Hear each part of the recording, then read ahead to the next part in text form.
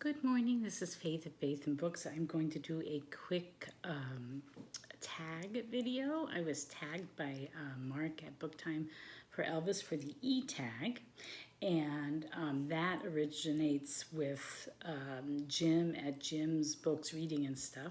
So I will link below to both of those. And I'm just going to do this real quick. It's early in the morning, and I'm going to go to my physical therapy for my sciatica in a little bit. So I'm just going to get this done real quickly.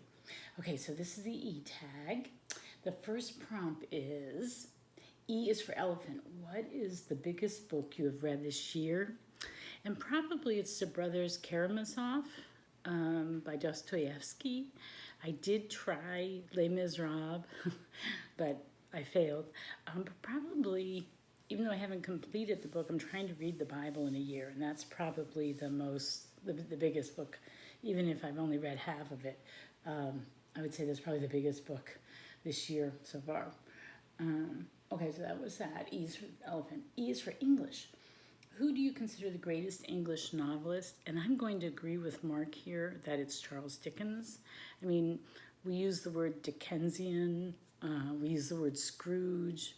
I think he wrote so much, and his novels were so influential that I think he can hold the honor of being the greatest English novelist. Let's see. The next one is, if English is not your first language, it is. What was the first book you read in English? I'll answer anyway. The first book that I remember reading from cover to cover was The Wizard of Oz by, what was his name, Frank L. Baum, or L. Frank Baum, B-A-U-M. And I read the actual book. I have studied other languages. I've studied German. I did 2 years of German in high school. Never got anywhere. I did a year of French, and then I went to France for a month, actually 6 weeks. And I did get further in French than I did with German, just because I'm the type of learner, and probably lots of people are, that I learn a lot faster if I'm actually in the country where they're speaking the language. And then later on, I had a boyfriend who was like is that what you say, first generation Italian? Like they spoke Italian in his home. So I did study Italian just for fun on my own. And then I've been to Italy twice, and both times, even though I was only there for like 2 weeks, by the end of it, because I had that foundation of studying the grammar and that sort of thing, I did start to pick it up. And then I've tried to study Latin off and on for years. And that's probably where I got the furthest, and I could translate things, that sort of thing, but it never was easy. I don't have a natural talent for learning languages. So it's always a very long road to hoe for me, and I've never really accomplished being bilingual. All right, E is for Elantris. What is your favorite book or series by Brandon Sanderson? So I, like so many, have to admit I'd never heard of him before. I'm not a big fantasy reader anyway. And the first time I heard of him was from the YouTube channel Seeking Stories. They were doing a big group read with other people. I still don't really know who he is. He writes fantasy novels, but that's it. I don't know anything more. E is for experimental. Have you read any experimental books? I don't think so. I don't know. Give me an example. I don't know what that is. So yeah, I have to pass on that one. E is for ebooks. Do you prefer physical books or ebooks? I like them both. I love physical books. Behind me are books that I've inherited from my grandparents and parents, and I love them. I love the physicality. I love actually owning them, and I love, libraries and bookshelves just lined with books. That's beautiful to me. So I love physical books and just the feeling of reading a good book. But I have to say that ebooks really have their convenience. It's really easy to get. You just download them. You don't have to go somewhere physically to get them. And they're easier to read at night. They're easy on the eyes. I can read more quickly. I think I read faster on ebooks. And yeah, they have their place too. I like them both. I sort of resisted them for a long time, but then I came around. So I appreciate ebooks. All right, E is for exploration. What is your favorite travel book? So I have this book that I've never heard anybody else talk about. It's A Sense of the World, How a Blind Man Became History's Greatest Traveler by Jason Roberts. No relation. And this is a fascinating account about this guy in the, was it the 1700s? Beginning of the 1800s? No, I think he was in the Napoleonic. No, now I'm not remembering. Anyway, way back before he should have been able to, this blind man traveled all over the world, and he actually became a travel writer. He was a popular travel writer. And this is just a fascinating account of his life. Now, I listened to it on audio, and then I bought the book. So I want to reread it, reading the actual book. But yeah, I never hear anyone talk about this, and it was absolutely fascinating. So I highly, highly recommend this, and I'm going to read it physically at some point soon. So, all right, so that's my favorite travel book. E is for Elene. Oh, I forgot to bring a picture. I do have let me read the whole thing. If you have grandkids, pets, etc., beginning with the letter E, and you want to show them, this is your opportunity. I will have to do it in another video because I forgot. But I do have a little granddaughter named Edith. And so, yeah. So I forgot. I don't have the thing is, I don't have very many actual physical pictures of her. They're all digital. So I don't know. So they're on my phone, which is what I'm recording on.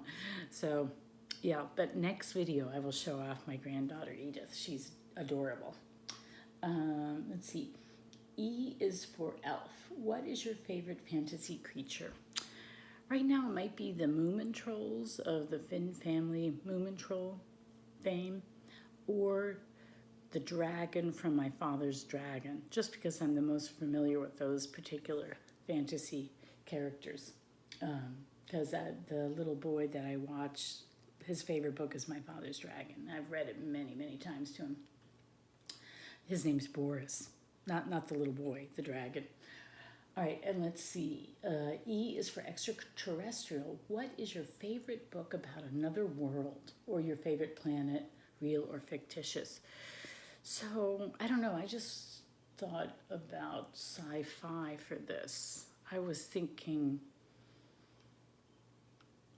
of, I don't know if it's my favorite, but it's the most recent.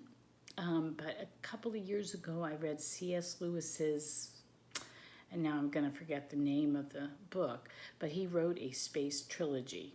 And I read the first book in his space trilogy. I'm not a big sci-fi person, so I didn't continue reading the series, but I did read that first book, whatever the name of it was. And so I'm just going to use that as an answer for this question, because I don't really have a favorite other world.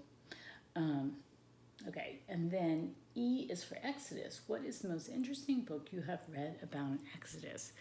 So I thought of two books. One was the book Infidel by, what's her name?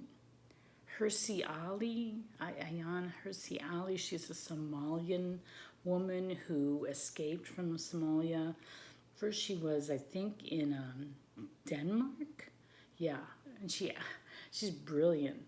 I also listened to this on audio, and she read the book in like perfect English. Like, she's incredible that she learned these other languages so late in life and was so good at them, because you learned Danish and she learned English.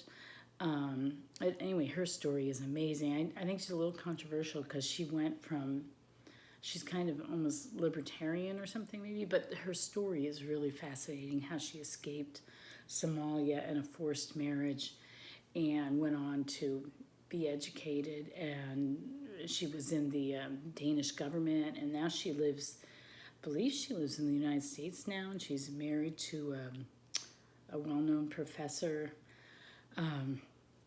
Anyway, her personal exodus was really interesting. She's gone on to write other books too, but I've only heard on audio, the first one, Infidel, which I highly recommend.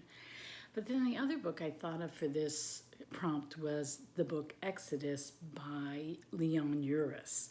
When I was a teenager, my sister Lisa and I, and to my sister Sharon to some extent too, but I remember more with Lisa, we were really into reading all about the Holocaust and World War II, and we just sort of naturally gravitated to the founding of Israel, and we read the book Exodus. And I think it was probably prompted by seeing the movie with Paul Newman. So we were really into that. So just that, reading the book Exodus by Elantris was probably the most interesting book I've read about an actual Exodus. So anyway, those are all the prompts, and I won't tag anybody because these alphabet tags are just going all around. And so feel free, you're tagged if you so wish to be. And I guess that's it. So I hope you're doing well and happy reading. Bye-bye.